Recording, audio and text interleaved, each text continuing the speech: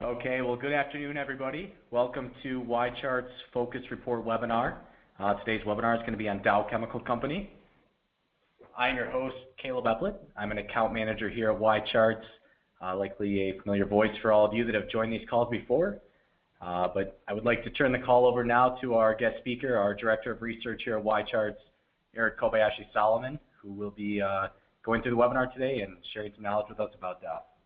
Thanks a lot, Caleb, and thanks all of you for joining today. First, before we start, I just want to say I've been more active on Twitter lately. We're tweeting through two accounts, the @YCharts account and the @IOI_Eric account. If you're using Twitter, follow us on these Twitter handles. What I try to do is, as I'm researching something and I find some interesting article or maybe an interesting graph or something, I'll post it onto Twitter. So it gives kind of a bit of insight into what we're looking at and how we're looking at it. Okay, before we start into talking about Dow, I just want to make clear that none of what I'm going to say today is an offer to buy or sell securities. YCharts is not a registered investment advisor, and that's not what this is about. What is it about? Well, I want to give you a quick company and industry overview, talk about the valuation drivers of Dow Chemical, and then also go through a couple different Dow valuation scenarios. So I've got one Q&A session that is scheduled right after the company and industry overview. So you're welcome to enter questions into the little chat window that you'll see there in the GoToWebinar application. Welcome to send those through via chat. We'll collect them and we can go through those during the Q&A. And then I'll also have a Q&A right at the very end. Without further ado, let's get into the company and industry overview. Now, I'm not sure how clearly you can see this. Dow is a $63 billion market cap chemical company. There on the left, I have some key statistics for Dow. If you download the Dow 1% Focus Report, you'll also see some comparables with some of Dow's competitors. The figure on the right there, this radar chart, is actually why we're talking about Dow today. Turns out that Dow screened as undervalued according to the YCharts value score. And so, Caleb, can you explain a little bit about the value score? What is it? Yeah, of course, Eric. Thanks for asking. I guess a real high-level overview of the value score. It's a proprietary YCharts score. It's based on 6 different valuation calculations. Those 6 calculations you can see in your radar chart there. And it compares those different valuation metrics to the broad market in general and all other companies that we have those metrics for, and then ranks those into deciles for each one. Then you add up the scores for those 6 metrics, and you end up with a value score somewhere between 1 and 10. Couldn't have said it better myself. Perfect explanation.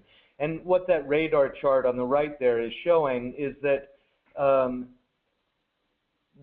the Dow is screening as being attractive on a lot of these factors. We have 6 factors, as Caleb said. The one factor that it doesn't screen terribly well on is book to market. That's the factor right at the bottom. You know, thinking about it, this company began in 1897, so book to market might not be very useful. You know, they've got a lot of real estate and so forth that they're undervalued on their book. But anyway, this is the reason that we're looking at Dow today. It does screen as attractive. It turns out that there are some maybe artifacts that are creating it to score a little bit better than it should. We'll talk about those a little bit later. But let's just go ahead and talk a little bit about the company itself. So Dow is a diversified chemical company. It basically sells commodity and specialty chemicals.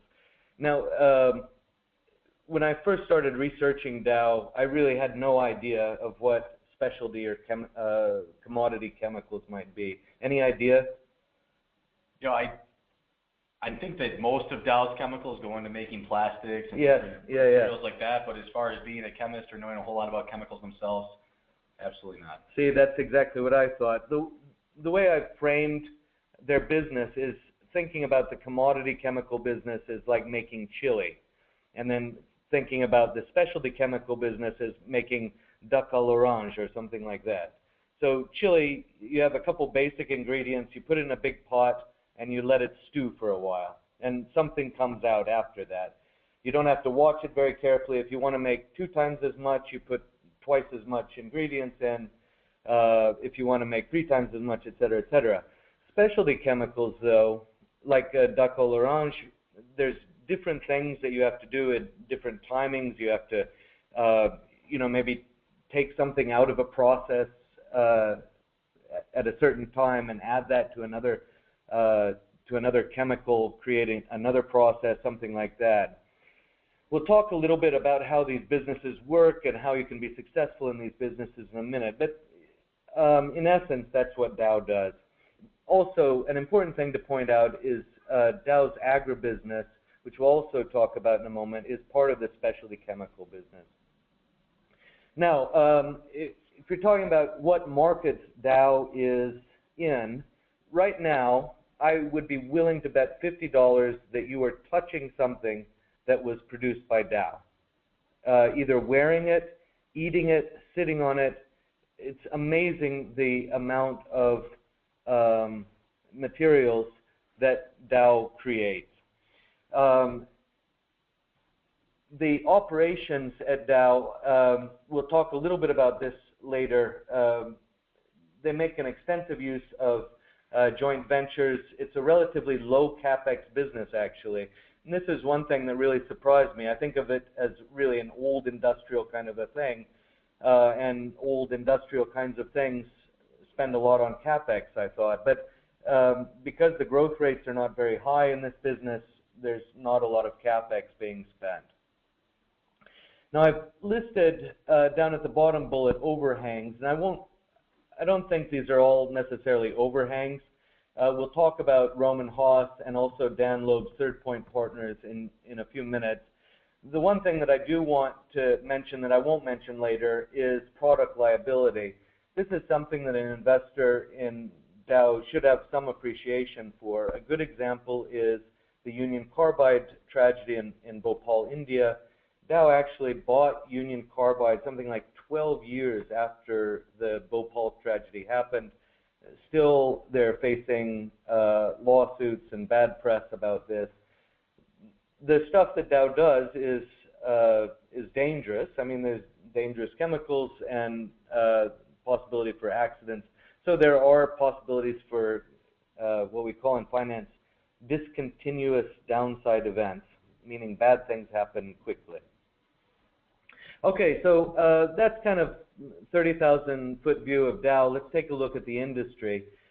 Basically, for any commodity business, and commodity chemicals is no different, scale wins. So to compete, let's say, with an ExxonMobil's chemical division, Dow needs to create some JVs with petrochem producers or petroleum producers.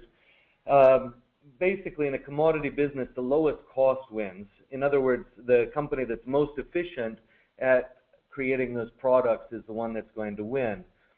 In contrast with that, with specialty chemicals, innovation is really the important thing, and probably innovation is kind of too strong of a word. I mean, think about this. You've got some goop, and that goop you can put on the back of a Band-Aid or a bandage, and that goop will make the bandage stick to the skin, right? And maybe you put in something more into that goop, and now that goop is not used on the back of a bandage, but it's actually used, to coat something on a road or something like that, or create a even stickier kind of a substance. And so it's not innovation, but it's kind of trying to figure out how to apply the technology that you've got to as wide a range of applications as possible, and trying to really leverage the operations that you do have. That last bullet point, you know, the more I read about this company, the more I started thinking that really the business of Dow is not unlike an asset management and investor. Basically, Dow looks to sell off certain of its assets, buy certain other assets, try to position itself both product-wise and also geography-wise in order to kind of succeed and grow and make the best returns possible for its shareholders. So right now, Dow's management is talking a lot about specialty chemicals. That's the big thing. Going to sell off the commodity business and kind of move into more specialty chemicals. Actually, I misspoke right there. They don't want to sell all the commodity business away, but kind of their non-core businesses they're selling. So Caleb, when you hear the word specialty chemical, and just compare that to commodity chemicals, like which do you think is going to be more profitable?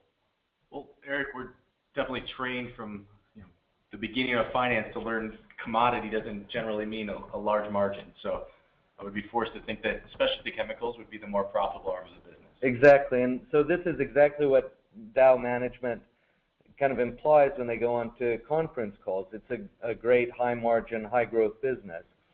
So this green line right here, and I know those of you who are joining the call may have trouble reading the legend for this. It also appears in the Dow Focus report. This green line is actually the margin for Exxon's chemical segment. Now, Exxon's chemical segment only produces commodity chemicals.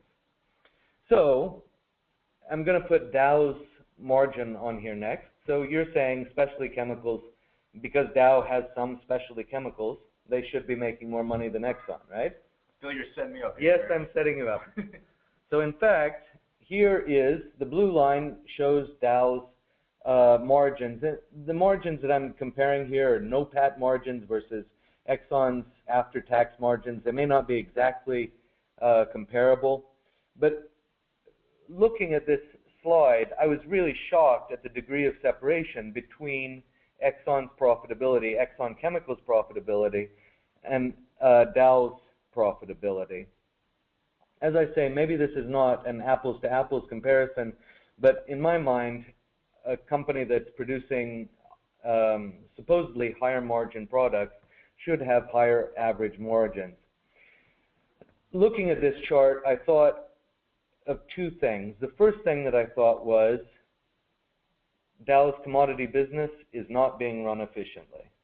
You know, if Exxon can get these kind of margins out of their commodity business, and Dow can't even get up to that having specialty chemicals business, there's something wrong with the commodities business.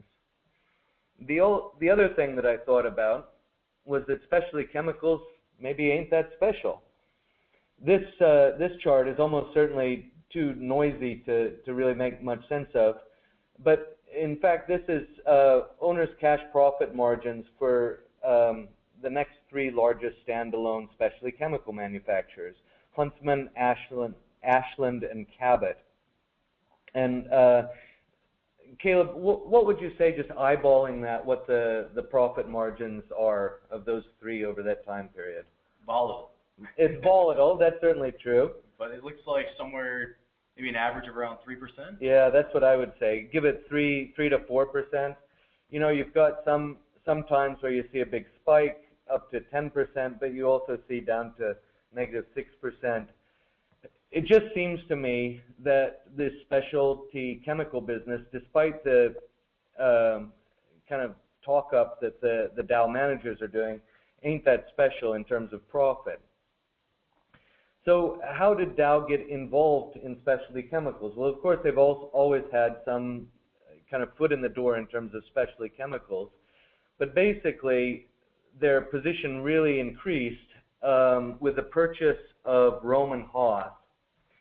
And we'll take a look. This is, the green line again represents Rohm and Haas OCP margins, owner's cash profit margins, over time. And you can see that the average margins are a bit higher.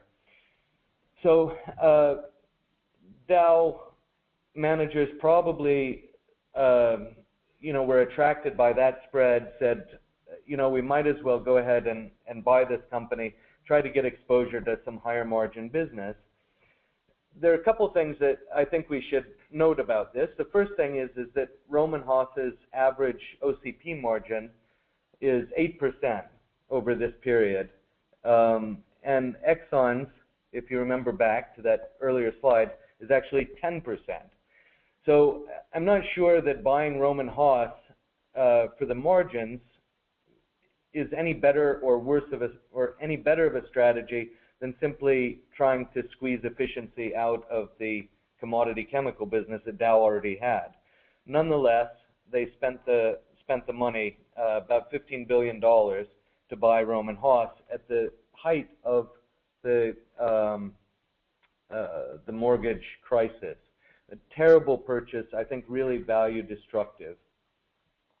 The other thing to notice about this chart is that even after several years of ownership of Rohm and Haas, Dow's OCP margins, profit margins, still are pretty modest. It's not like I could look at this series and say, oh, this is a lot higher than historically it's been. In fact, in this time period back here, the margins were a lot better.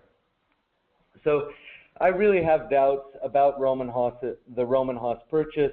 I think probably the most important part of Rohm and Haas that Dow bought, they bought years before the 2009 purchase. We'll talk about that in a minute. And Caleb, it looks like you have something to I do. I've got a question here for you, Eric. What is, and maybe you know this, maybe you don't, what is the breakdown between revenues right now for Dow Chemical in specialty chemicals versus the commodity chemicals? I'm actually not exactly sure. One of the things that's difficult about looking at Dow is trying to figure out what everything is. They kind of shuffle segment reporting a lot. We'll talk about that in a minute. My guess is probably around two-thirds of their business is kind of more commodity-based, maybe a half to two-thirds is commodity-based, and then the remainder is more specialty-based. Okay. It's the reason I asked that question, just looking at a chart like this, I wonder what type of impact we should expect if they're really focusing on those larger margin specialty chemicals, if a large portion of their business is still focused on the commodity side. Yeah, well, that's certainly true, and I think this is one of the reasons that Dow management is trying to move itself away from the commodity business. They, in fact, just recently sold off the business, the chemical business that founded Dow. It was a big move for the company in a symbolic sense. And I think that's a good point. They do have some drag from the commodity chemicals, but I think it's not a drag of profitability, but actually their concentration on the business and their ability to make it run efficiently. Also, as you reference Exxon's chemical business, I can't help but think back to the webinar and the focus report you did on Exxon just a couple of months ago. One thing I remember, I might be remembering correctly, but Exxon's margins were very large for their upstream business, but almost non-existent for their refinery business. Yeah, that's actually downstream, yeah. Downstream. Right? Yeah, so I wondered if some of those margins that are coming into their chemical business are being absorbed by the lack of margins in their business. In fact, that's a terrific point. And this is one of the things that we'll talk about in a minute with Dan Loeb's criticisms of Dow. It is possible that Exxon is using what's called transfer pricing to make one division more profitable, one division less profitable. I think that's there is a very good possibility. However, I do think that Dow has the ability to operate their commodity business more efficiently, and that doing so would at least provide some upside to what they've been doing over the last couple of years. Sure. Those are great points. Thanks for asking. So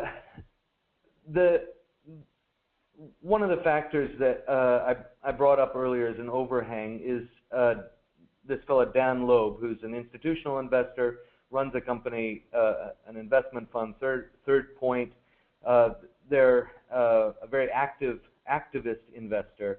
They have about 10% of the outstanding equity of Dow in their portfolio, and they're pushing for change. So first of all, Loeb must see something. He's not a dumb guy. He's a smart guy, and he's made a lot of money being a smart guy. So he must see something. So what is it that he sees in it? And then what are his complaints? And what are the things that he thinks Dow could do better? Let's take a look at those one by one right now. So his first point is just the same point that I've been making, that Dow's profitability is so low. Do you happen to know that name, LyondellBasell? You know, I don't know much about them, Eric. I know I've seen they're a publicly traded ticker. The tickers come up on the YCharts. I've seen it for comps looking at Dow, but I don't know much about the company itself. It turns out it's a European company, and it's smaller than Dow. Dow has a lot more production capacity. They should be able to be generating not only efficiencies of scale, but also being able to leverage their specialty chemicals business. Nonetheless, the EBITDA margins between these two companies is virtually identical. This is one of the things that Loeb brings up, and indeed, looking at the data, I think that's a very valid point. The next point is one that you just brought up about the transfer pricing.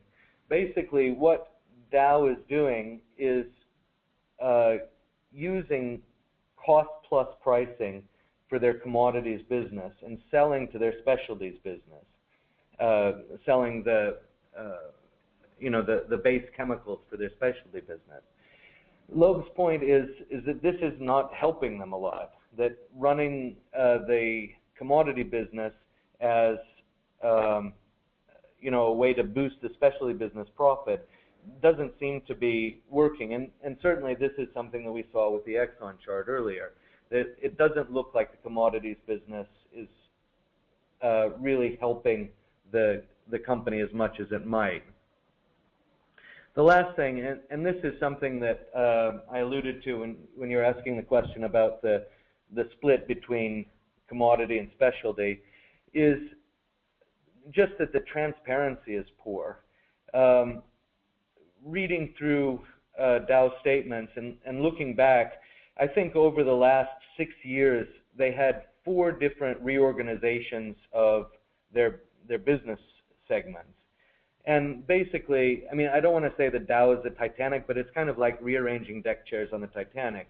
I mean, Dow's not a failing company, but they're kind of moving things around a little bit from here to there. I'm not even sure if there's a grand overarching strategy. The transparency is low. I really wonder, and Loeb brings this point up as well, whether management is having trouble seeing the business from a strategic perspective as well. I think this, just looking at the data myself and trying to analyze the company, I certainly had a hard time kind of answering pretty simple questions. And this is, in my mind, not a great sign. So what does Loeb see in this business? He must see something. Well, first is the opportunity for efficiency increases, both on the commodity side and the specialty side. And the other thing is what I call Dow's ace in the hole. And before we move to that slide, I just want to ask Caleb a little trivia here. Dow, you know the infamous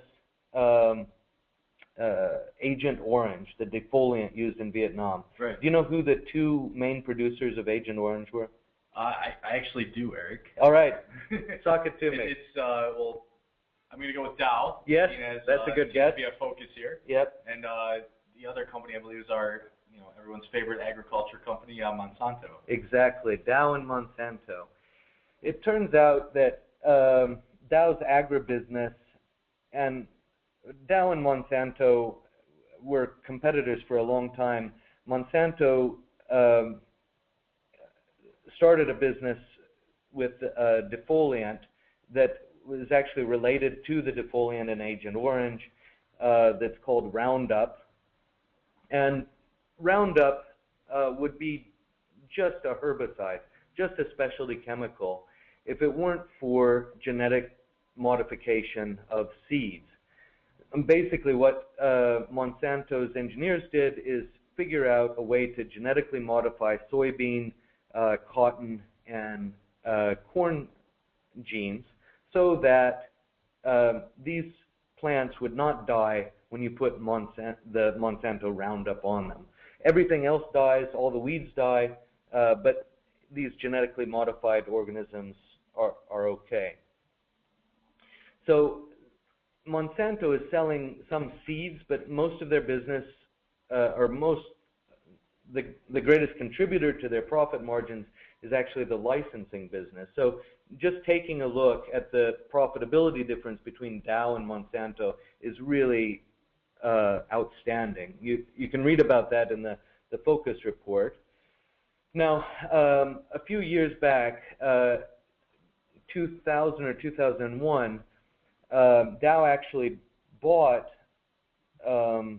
Roman Haas's agribusiness and are trying to do the same thing with that agribusiness that Monsanto did with theirs. They have regulatory approval for a herbicide called Enlist, which is just the same kind of thing as Roundup. They've got an herbicide that's also connected with GMO crops that are resistant to that herbicide.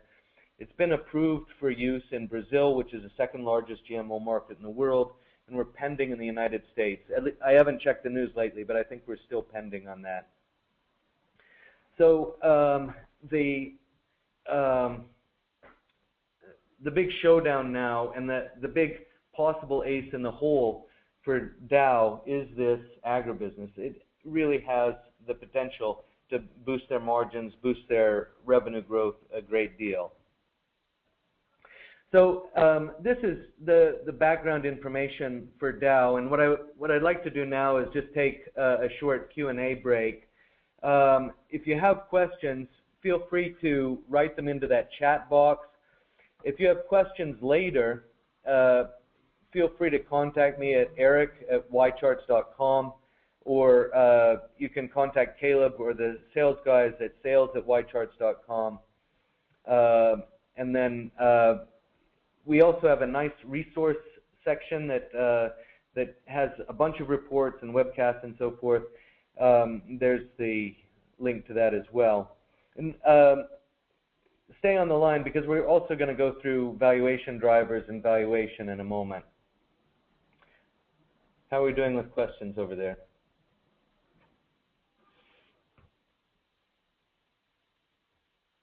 Okay, this is a good one.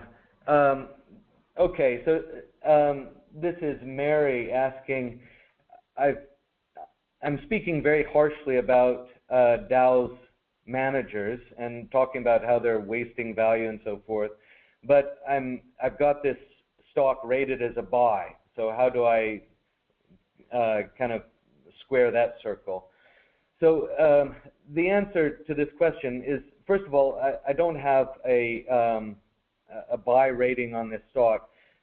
This stock screened as being attractive from a value score perspective, and so this report is basically digging into the inner workings of the company and seeing kind of whether or not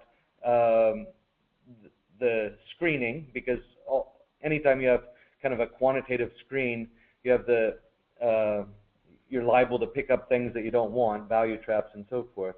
So just seeing whether or not there is value in this stock. I think we might have one. Yeah, Eric, another one came through here asking about Dow's solar energy related business and the possible upside there. Yeah, so Dow is actually doing some really interesting work in solar. I'm not sure, this might have been acquired through the Roman Haas purchase as well. It's exciting. They're creating shingles that actually have solar cells built into them. I think it's a terrific idea. There is upside there. The problem is that right now solar power, not everyone is rushing out to buy solar powered stuff. So anytime you think about growth, you have to think about not only the growth rate, but also the size from which we're starting. So the base on the solar business is pretty small. It is a fast-growing thing. It is potentially interesting, but I don't think that it has that much of an effect on valuation right now. So it looks like a couple other questions came through here, but we're probably going to handle those one off. Yeah, okay. More detailed kind of individual questions, but let's go ahead and move on to the second half of the presentation here, if that's okay with you, Eric. Yep, sounds good. So Dow valuation drivers. I've got a webcast on the new Resources Center that talks about the valuation methodology that we use. Basically, there are only a few things that can affect value at a company. You have to have revenues coming in, you have to convert those revenues to profit, and if you have any excess profits, you have to invest those in projects that are going to create growth in the future. There's one other that's hard to display in graphs. I call it balance sheet effect. We cover the first three in our reports. So let's turn to that first one. In order to create value, first of all, you have to generate some revenues. So this is kind of a difficult chart. You might have a little bit of trouble seeing it, so let me just unpack it for a second. This blue line running in the center is a 5-year rolling average. Basically what I'm doing is adding up 5 years worth of revenues and then shifting by 1 year and seeing what the next 5 years of revenues is, and taking that percentage change. It just smooths out kind of the yearly ups and downs. This green line is the yearly ups and downs. And then these lines at the end, these are low water marks and high water marks. So basically what we can see through this is this blue line showing a very long kind of cyclical kind of a shape. We see right here what I believe is tech boom in the early 2000s. Tech boom because Dow does create chemicals that go into the semiconductor production process. Then we can see going into China boom, basic materials, chemicals being needed as China industrialized. And then of course we've got this big downdraft here during the mortgage crisis, and you know, a lot of industrial companies stopped buying raw inputs, tried to cut down on their inventories of inputs as much as possible. So of course Dow was hit hard by that. So just looking at this, the high water mark right now is at about 20%. This is actually the bounce back after the big downdraft in the financial crisis. The number that I think is more representative to look at is this one right here, the blue one. And here we're kind of mid-single digits, maybe scraping a little bit towards zero. Basically, we're at a nadir in growth right now, kind of at the trough of that cycle. This actually might be one of the things that Loeb is also interested in. Maybe this is a good cyclical play.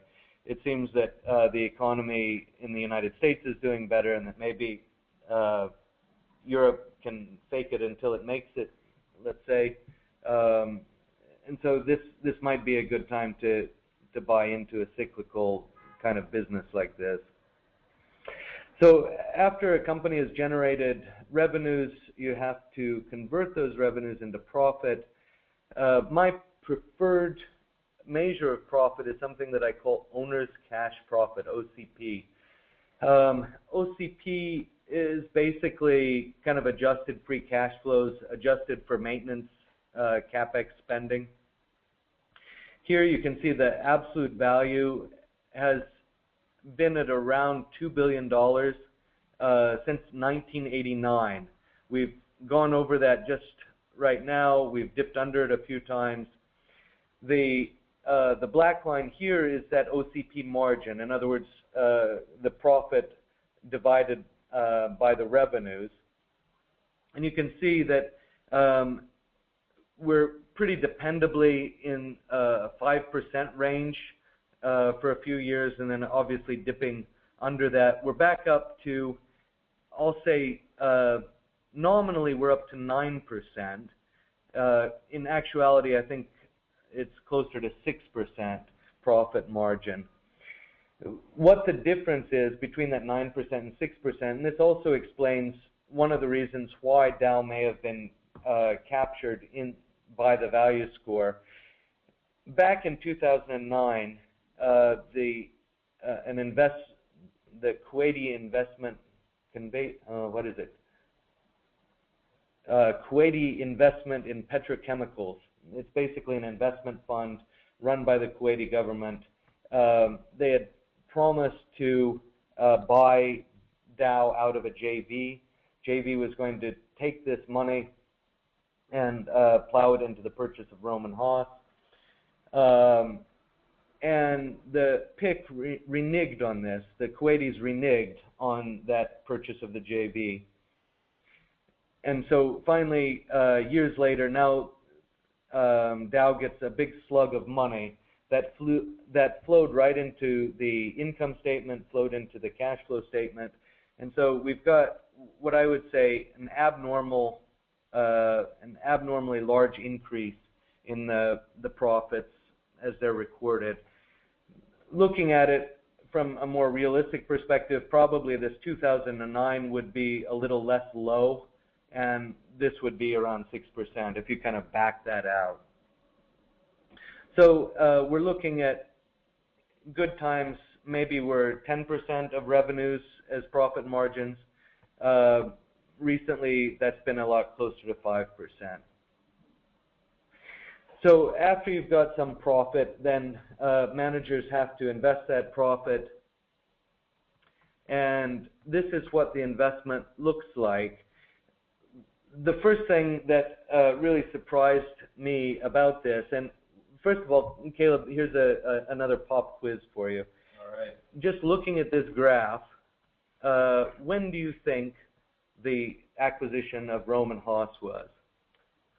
I guess it was right around 2009 there, Eric. Exactly. It's pretty notable.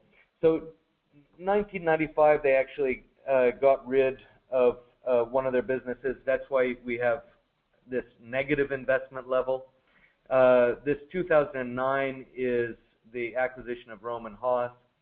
Most of the time, though, and this is a very interesting thing, you'll see what I was talking about earlier, that the investment level is very low. You know, some years they're selling off more than they're buying. Some years they're buying a little bit more than they're selling off. This goes back to the image of like an asset manager, just trying to kind of get a portfolio of assets that they feel comfortable with. Generally, they're spending about 2% of their owner's cash profit on these expansionary projects. I'd like to probably assume that they got a good price for Roman Haas there too, buying it in 2009. Oh my gosh. It turns out that Roman Haas transaction was only good for one party, and that was the limited partnership that owned all of the majority of Roman Haas's shares. It was an absolute disaster and a badly structured agreement, really an enormous waste of Dow Chemical. And I think Dow shareholders' equity. I think this is another reason. I mean, honestly, I'm a bit surprised that an activist investor hadn't taken an interest in Dow before, simply because of kind of these factors that I've been talking about. So if you're investing with the hope that you'll be able to expand at a quicker pace in the future. And the pace that we use as a benchmark is actually nominal GDP. Here, this chart, the columns show the growth rate in profits over and above or below nominal GDP on a yearly basis. These light blue columns are the year over year, so they're going to be noisier. You can see these are a bit noisy. The ones that are important to look at are actually these marks here, the darker blue ones. The thing that I would say looking at this is that the number of years where you've got Dow growing its profits faster than GDP is pretty rare, and the years when it's underperforming is slightly more numerous. This is a really shocking thing. What this means is that if the chemicals business is an asset allocation, basically an investment business, that the managers are not investing in a very efficient way. I think this chart, and maybe I'm making too big of a deal out of it, but to me, the growth in profits is the most important thing that you can do to try to generate value for shareholders. And it's safe to say that Dow management just has not been able to do this consistently in the past. So all of these drivers are basically driving towards one thing, and that is the valuation of the firm. So let's go ahead and turn to valuation scenarios, and then we'll, after talking through the valuation scenarios, we'll have another Q&A period, and you can ask more about these factors that we've just discussed. So those of you who have read through the focus reports know that I like to do things in terms of likely best and worst cases. So what you'll see over here in this part of the table is historically what has median revenue growth been. What's been the worst revenue growth over a 5-year period? What's been the best revenue growth over a 5-year period? Same thing, these are just the historical figures for profit margin and then for expansionary cash flows as a percentage of profits. And then this is growth of profits over, not even over GDP, just absolute. So what I'm trying to do with the valuation here is not make any valiant assumptions about how Dow can reposition itself or something like that. What I'm trying to do is to take a look at these actual historical statistics and think about kind of the competitive position that Dow finds itself in, and just fit those, kind of eyeball some values here for likely worst and best case scenarios. You can, if you remember back to the revenue chart, it looked like kind of single digits, maybe low single digit revenue growth over the last couple of years. So that's what you see reflected in the likely and the worst case. Best case is, we're seeing some real uptick. All of these valuation drivers I've done basically in the same way, and trying to look at the numbers kind of intelligently to remove some of the outliers and so forth. Also, I'm assuming that in the over the long term, in perpetuity, the company will have to grow about as fast as GDP, nominal GDP. I also discount everything, all these big, large cap companies at 10%. I just read a great quote by Warren Buffett. He asked what discount rate he used for his investments. And he said, oh, me and Charlie, we always use the discount rate of the return we think we can get on our second best idea. And so basically this 10%, the S&P since 1926 has generated about 10% compound annual growth.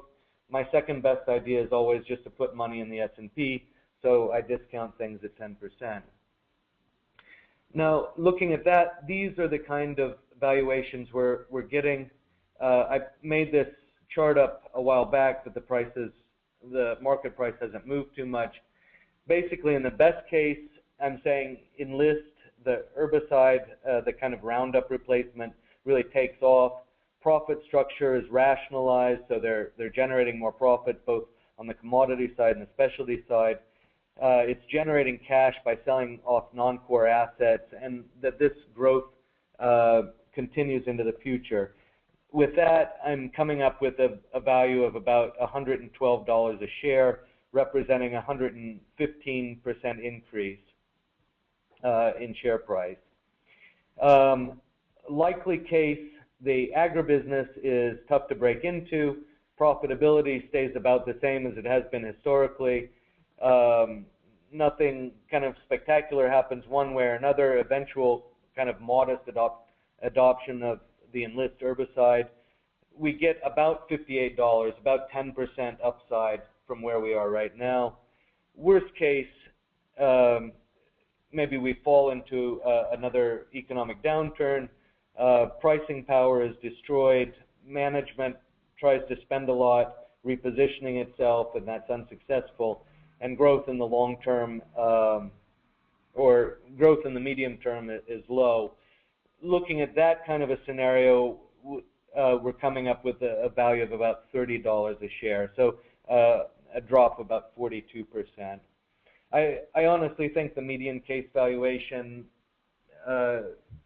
is reasonable. I mean, haven't used any kind of terrific assumptions about it, and it doesn't seem that far from, I mean, doesn't seem that bad from a reality check standpoint. Sure. So that's what I had for the presentation today. So let me turn it back over to Caleb for Q&A. Yeah, thank you, Eric.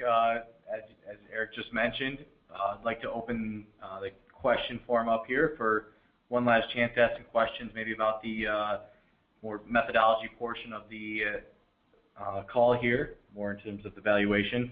I do have a couple of questions that have come through already, Eric. So, tell you what, even before we start those, I want to do one thing, and that is a poll. I forgot to mention this, but I really want to make these calls as beneficial to you as possible.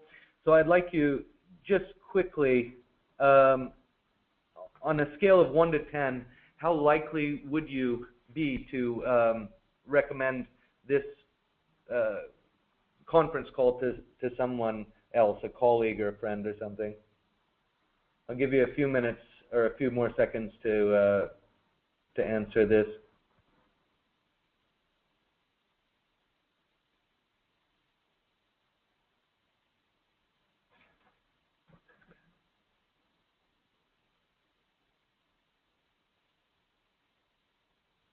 All right, we'll just keep it open for a couple more seconds.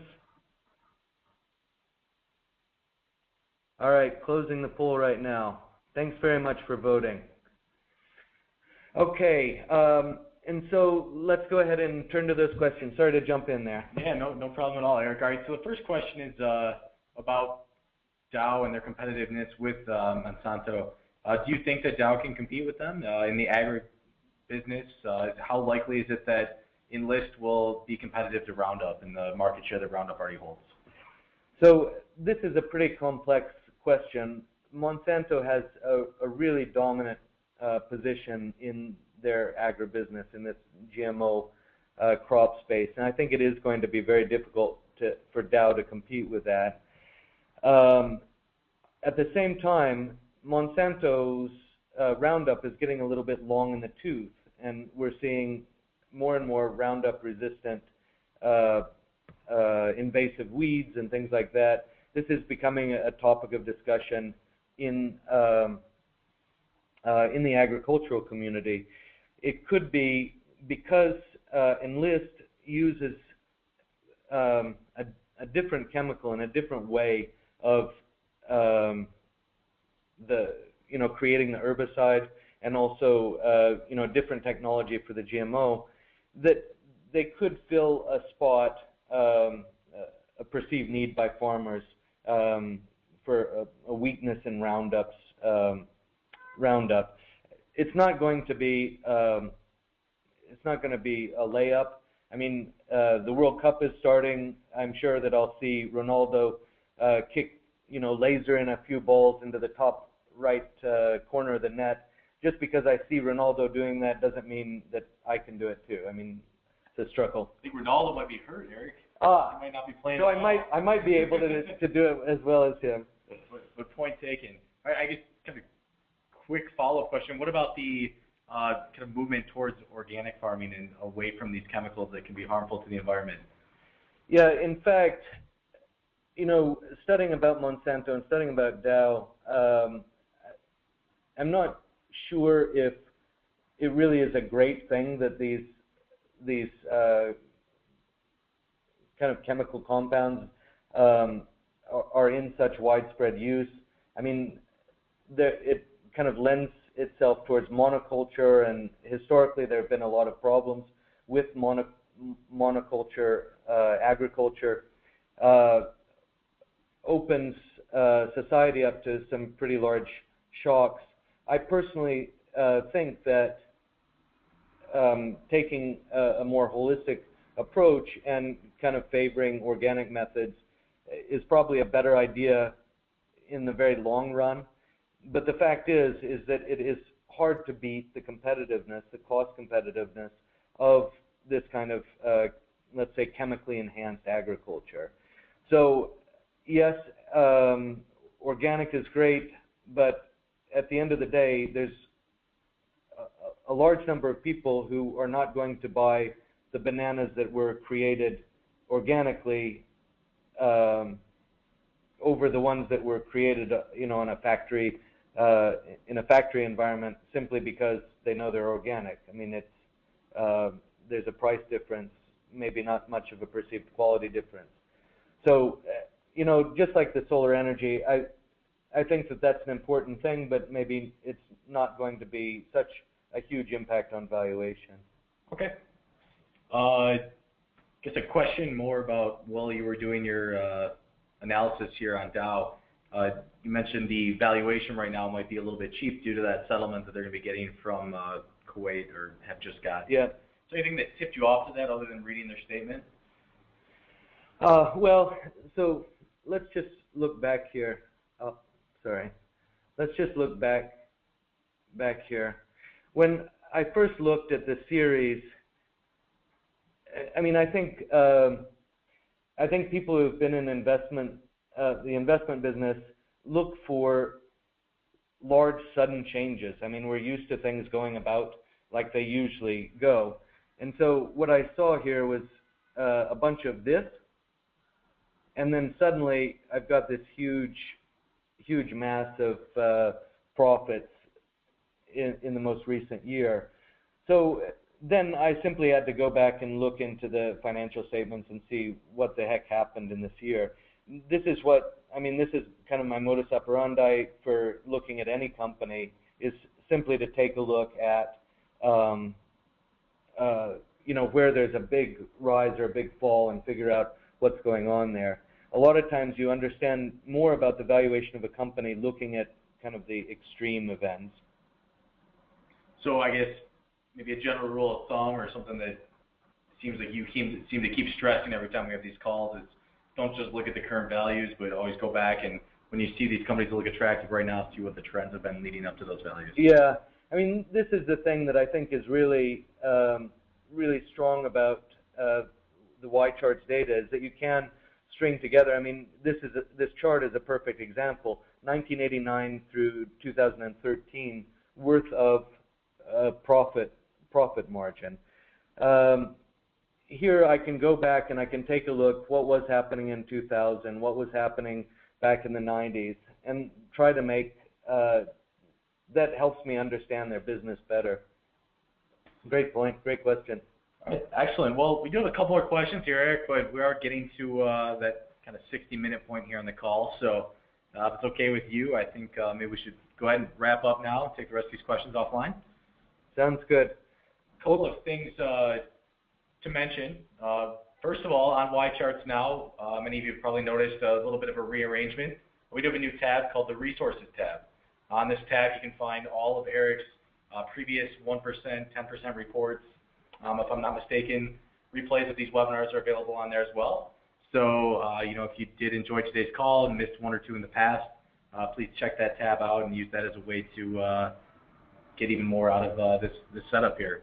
But there are a couple of links here on the screen as well. Well, not links rather, as they're not going to be active, but a couple of an email address here and a web address. The first address there, if you do want more information about the research reports, make sure you're signed up to receive these in the future. Please go ahead and visit that site or that address. And then finally, if you have any questions about YCharts Professional, the tools that Eric uses to put these reports and presentations together, you'd like to learn more about those for your individual use, please shoot us a note at sales@ycharts.com, and we'll be obviously more than happy to follow up you with more information. But Eric, thank you. Thanks a lot, Caleb, and thanks everybody for joining today. Everybody have a wonderful afternoon.